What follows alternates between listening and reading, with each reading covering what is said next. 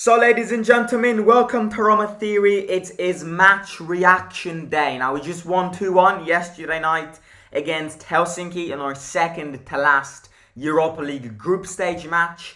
I definitely think, first of all, the first thing which I'll even dare to say is that our performance was definitely influenced by the fact that Betis earlier, like a few hours before, our game beat Ludogorets in Bulgaria. Because if Ludogorets would have beat Betis at home, then our performance would have been different.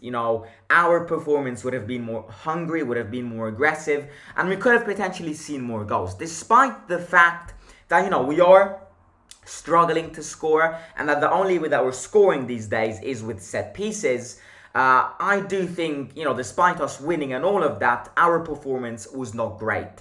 But again, just to kind of start off this match reaction, for people who weren't there in the live watch along, especially towards the end of the live watch along, one thing which, I've said, which agrees with what Mourinho says, is that this team is a different team when it doesn't have key players. Now that Dybala got injured, now that Gini got injured, now that Celik is injured, now that Nico got a red card and was unavailable yesterday and will be unavailable for the Ludogorets game, the team is different. Because if you remove all of these key players, the talent of the team decreases. And therefore, the capacities of the team decreases as well. So what Mourinho said, which is virtually right, and that's why I totally agree with him when it comes to this, is that until Dybala, Gini, Celik, and when Zaniolo is back from the red card, it is a process of suffering, and it's only about getting the 3 points. So virtually, what is Mourinho saying? Mourinho is saying, aka, in other words, he hasn't said this, but in other words, he's saying, I don't care how we play, until Gini, Paolo, Nico, Celik are back, I only care about the 3 points. Which, to be fair, is a strong mentality. And, it's definitely, you can see this from the players. Because, we can say, you see, I'm the first one to say that we play boring football and our style isn't great. But at the end of the day, we win the matches which we have to win. And this season, we've won every single match, which is a match which we have to win. You see, we can criticize the style of play, we can do all of that. But at the end of the day, we got the 3 points. And as much as our style of play is not great, it's quite boring to watch, to be very honest, it's effective. And effective is the word to use here. Because until Dybala, Wijnaldum and all of that, it's not about style. It's about effectiveness. And the effectiveness in this game is to get the 3 points. And also, I think yesterday's game was the game where we had to get the 3 points. You see, and I think, yes, our performance, our thoughts, our initial mentality of the game could have been influenced by the Real Betis performance. But to be fair, I think a win would have been crucial yesterday. All we had to do yesterday was get the 3 points. We got the 3 points and Ludogorets lost 3 points. That puts us 7 points equal. And that basically means that we have to win at home against Ludogorets. I don't care how we win. We can win 1-0, we can win 4-0, we can win 3-2, we can win 5-0. I really do not care. But against Ludogorets at home, sold out stadium, home advantage will play a very big part. We're there to win. We are there to go, right, I want to proceed in the Europa League and I'm going to beat you at home. So, the first step was there. I mean, this was we could break this down in 3 different steps. Because the first step was not losing against Betis in Seville, and we didn't lose that. Second step was to win against Helsinki, and now we just need that third step, which is winning at home against Ludogorets. So yeah, the effectiveness of the team is there. We cannot hide that the effectiveness is there. And we can say everything we want about these players, but they won. And that is the most important, that's the thing which you look at the end of the day. Yes, we can remember some really good triangulations, some really good actions if we play good football. But, when you talk with friends, when you talk with parents, when you talk with wives, when you talk with friends at school and you talk about games, you talk about the points. And the points you grabbed from a match. And we're being very effective. Now, again, it's a process of living without Dybala, Gini, and Nico sometimes. It's kind of like, as a team now, it's a bubble. We have to try and knock down as many obstacles as possible and kind of get as many points as possible until the two are back. But, there are quite a lot of things to go through in this match reaction. The first thing which I'll say is, let's open a parenthesis of Tammy Abraham. In fact, if you haven't already, make sure to smash that like button. In fact, if everyone in the stream right now can smash that like button, it can take 2 seconds, free of cost, and supports me a lot. So, please smash that like button and subscribe to the channel if it's the first time here. Let's open a parenthesis with Tammy. Tammy got back scoring. Tammy got back scoring a really good goal. Good header. He's exploiting his height. And yeah. So now, what do we hope? Now we just need this goal that Tammy scored yesterday in Finland to break this nightmare, to break this lock. And I actually think it was one goal which Tammy needed. Now, this doesn't mean, the fact that he scored now does not mean that he will score in every single game. But I think he needed that goal to break this lock and to be more consistent. And I think against Verona, as much as I would give Belotti a chance, I want to start Tammy. Because with the goal that he scored yesterday, he can get the word consistency back in his head. And if he scores against Verona, he's slowly preparing for the derby next weekend. He's slowly preparing for Ludogorets. And he's just slowly kicking away that weird alibi that he had. And just start refocusing on Roma. Now, again, it could be argued that Tammy right now is thinking about too many things at the same time. Thinking about a Man United move, thinking about a Chelsea move, thinking about World Cup. Will Southgate give me a call-up? And at the same time, he has to balance all of these thoughts with Roma, with the behavior with fans. It's hard. Life as a football player is hard. You've got so many things to talk about. You've got so many details to appreciate. But at the end of the day, Tammy has one role to do, and that role is to score. And I also think that social media is very important when it comes to players nowadays. And you can tell that if you follow him on Instagram and all of that, that goal kind of made Tammy back again. Because, the matches where he didn't score, and it's been quite a long time, it's been a month and a half, he's never really shown that appreciation on Instagram. Yesterday he scored and he started tagging everyone. He started sending the heart emojis after heart emojis. He started, the happy birthday to El Shara. You see, and that's a clear message to fans because it's an away day.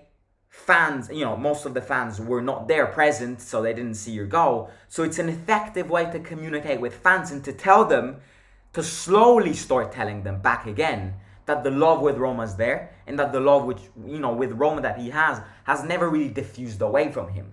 So that I think I found pretty important as well. And yeah, I just hope Tammy now gets back scoring. Let's not forget that last season he had struggles at the start as well. In fact, he had the same exact number of goals by this time last season, and then he started breaking every single lock. He started scoring. He scored 2 against Lazio. He scored 1 against Juventus. He scored against Milan. He started scoring in big games. He started scoring in effective games, and that's what we hope Tammy will do back again after this goal. Now, another thing which I'll say, which I do think links quite a lot with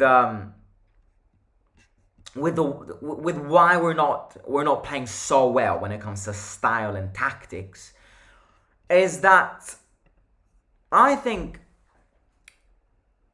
if you compare this season to last season, one thing which I think is the primary reason of why we're performing worse than last season is because I think there is less connection between the football sections. What do I mean by this? Now, I see these games, and one thing which I notice is that there is less communication, there's less connection between the defensive and the midfielder section. And there's also a lack of connection, a lack of communication between the midfielder and the attack. So imagine this. Imagine a big step. I mean, a big ladder. This is kind of a visual interpretation. Imagine a big ladder. So you've got one big step, which is your defense, one big step, which is your midfielder, and one big step, which is the attack. Now, to get from one step to another, you need little steps. And I think those little steps which bring you from one place to another is what is lacking right now in this team. And that links to the fact that we're scoring less goals because the midfielder and the attack, less communication, therefore less support for strikers, and therefore less connections. And the same exact reason lays of why we concede so many silly goals. Because yesterday's first goal was a very silly goal. Why is that? That's because the defense and the midfielder don't communicate well. Now, and I think to try and resolve this problem, Gini was the perfect fit. Gini Wijnaldum was exactly why we bought him. This is the exact reason of why we bought him. Because last season, we had a versatile player, Mkhitaryan, which could connect between sections and could make the two sections connect. He could move within different sections and he could make the different sections connect. Right now, without Mkhitaryan, we don't really have a player which does that. And that's why we bought Gini Wijnaldum. In fact, I would 100% say that Mkhitaryan's substitution was Gini and not Paulo. Like, if someone asks to me right now, do you think Roma and the Fredkins bought Dybala or Wijnaldum to kind of empty the Mkhitaryan gap? And I truly think it's Wijnaldum. Because Wijnaldum is a versatile player just like Mkhitaryan. Dybala is great, and Dybala adds more connections, more talent, and all of that. But I think the Mkhitaryan of last season is Gini Wijnaldum. And why is the style of play different? Why is the tactics different from last season? Well, we don't have Mkhitaryan anymore, and the person who is there to take responsibilities of Mkhitaryan's absence is injured. And that's why Gini's injury will be, Gini's recovery will be vital. That's why from when Gini gets back playing, we will start playing better. Because realistically speaking, even with Dybala on the pitch, we played better last season. Wijnaldum is the player which changes the dynamics of a football match. So, that is definitely my explanation of why our tactics this season aren't great. And yeah, another thing is academy team. Because yesterday's match was a true definition of the first team collaborating with the academy team. Volpato started, Bove got subbed in, Faticanti got subbed in, and this is something which unfortunately in the Serie A isn't very popular to do. And this is, part of it, as already discussed before, the fact that Italian teams don't experiment with academy teams is the primary reason of why the Italian national team is failing under every single aspect. Because Italian academy players don't get the chance to perform. And the teams don't experiment with them. And I'm proud to say that Roma is the best team which does this. Why are we the best team which do this? Because we've got Jose on the bench. And this is something which is very popular in England. You know, in England, you've got Premier League teams who experiment, who risk academy players every single time. And to be honest with you, this vision of the first team working a lot with the academy team is something which Mourinho brought to the team.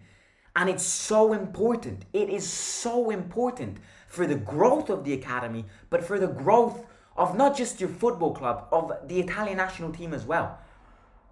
Because you can tell that Jose managed Man United, that Jose managed Chelsea, that Jose managed Tottenham. Because that is something which Premier League teams know how to do. If it wasn't for Jose sitting on the bench, Faticanti, Volpato, Bove, Zalewski last season, even Felix last season would have never gotten chances. And I really like how we've got a manager who, instead of, maybe laying in bed 1 extra hour on Sunday morning, no, what does he do? He goes and sees the academy team play. And that's something revolutionary. Mark my words, that will be a massive revolutionary act which will bring this team a lot of good things in the future. Because at the end of the day, imagine money wasn't a thing in football, which is very hard to imagine so, because money is now the dominant part of football. Imagine a football without money. Imagine a world of football where money can't be spent. What are you forced to do? You're forced to use your academy players. And to be honest with you, it's kind of something which some teams do really well. Barcelona do this really well. It's a generational change at Barcelona. That's exactly why they got eliminated from the Champions League. It's a generational change. And yeah, I'm seeing people who blame Barcelona to get, and you see, Barcelona's probably not the best example, because with all of the debts, with all of the financial the criticisms which you got this summer, they spent a lot of money. But to be honest, if I were a Barcelona fan, I would not be responsible to blame it, because it's a generational change. Now, I know Barcelona bought Lewandowski, bought Rafinha, and a lot of players. But what I'm trying to say is, you cannot blame a football team being eliminated from the Champions League when you've got 16, 17, 18 years old basically building your team. Same with Ajax. Ajax is a constant generational change. And so is Roma. Roma is moving towards that direction. And this direction will be followed, I hope, forever. It will definitely be followed from when since Jose's on the bench, this path of experimenting with academy players, will get used a lot. But I really hope it's something which doesn't get abandoned, even if Jose isn't the manager anymore. Because it's so I'm using such big words because it's the future. It's revolutionary. And I really like how we're collaborating with the academy, which is really, really good. And the last thing which I'll say is kind of to kill down all the criticisms. Yes, we don't play good football, and I'm the first one to say, but it's the effectiveness which counts. And to be honest with you, I am hearing people who treat this team as if we're fighting to not get relegated. Grow up. And I'm not saying this to viewers here, I'm saying this to people who actually have a job when it comes to speaking about Roma, and to create headlines, to create, and at the end of the day, to give, to put some money in the pocket. What do? They talk shit about this team. Yes, criticisms have to be said, because at the end of the day, let's be realistic, we don't play good football, but we are being treated as if we're fighting to not get relegated, and that triggers me. That triggers the team. Kick this shadow, kick this black humor, kick these ghosts which are trying to crack this team, this brotherhood, away. Crack them away. We're 5th in the league. We could get in the next round of the Europa League. Yes, criticisms should be said. Constructive criticism is something. Hating and treating this team as if it's fighting to not get relegated is another thing. So please, please, please, please don't listen to these twats. And again, against the Ludogorets, I want us to win. I want us to get further. I mean, the Europa League is getting so juicy. Just to end the stream, Arsenal, PSV Eindhoven, Fenerbahce, Rennes, Real Betis, potentially Roma, Union Saint-Gilloise from Belgium, Union Berlin, Real Sociedad, Manchester United, Lazio, Sturm Graz, Freiburg, Karabag, Ferencvaros, Monaco, and then from the Champions League, we've got Barcelona, Ajax, Atletico Madrid, Eintracht Frankfurt, Salzburg, Shakhtar Donetsk, Seville, Juventus. This Europa League is better than the Champions League. Ladies and gentlemen, I want to go forward. I want to live good European nights. And yeah, I think we'll win next Thursday at home against Ludogorets. And that means they'll get second in the league and face a team which will come down from the Champions League. So lads and lasses, if you haven't already, please make sure to smash the subscribe button and also smash the like button in this video. It supports me a lot. You already know that. Every single like, it takes absolutely nothing. And every single like, supports me so much. So yeah, please, if you haven't already, subscribe and smash the like button. Follow me on Instagram over here, over at Simon_ASO_, and share the link of my channel with your families and friends. I will catch you tomorrow for some transfer news, and then focus on Monday's game, which is another crucial game away in Verona.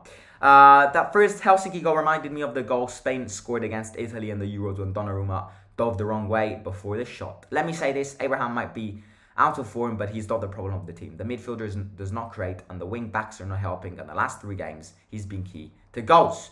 So yeah, I totally agree. Tammy is not the problem. Tammy's Tammy. He won us yesterday's game. So yeah, I'll catch you soon, lads. Simon out.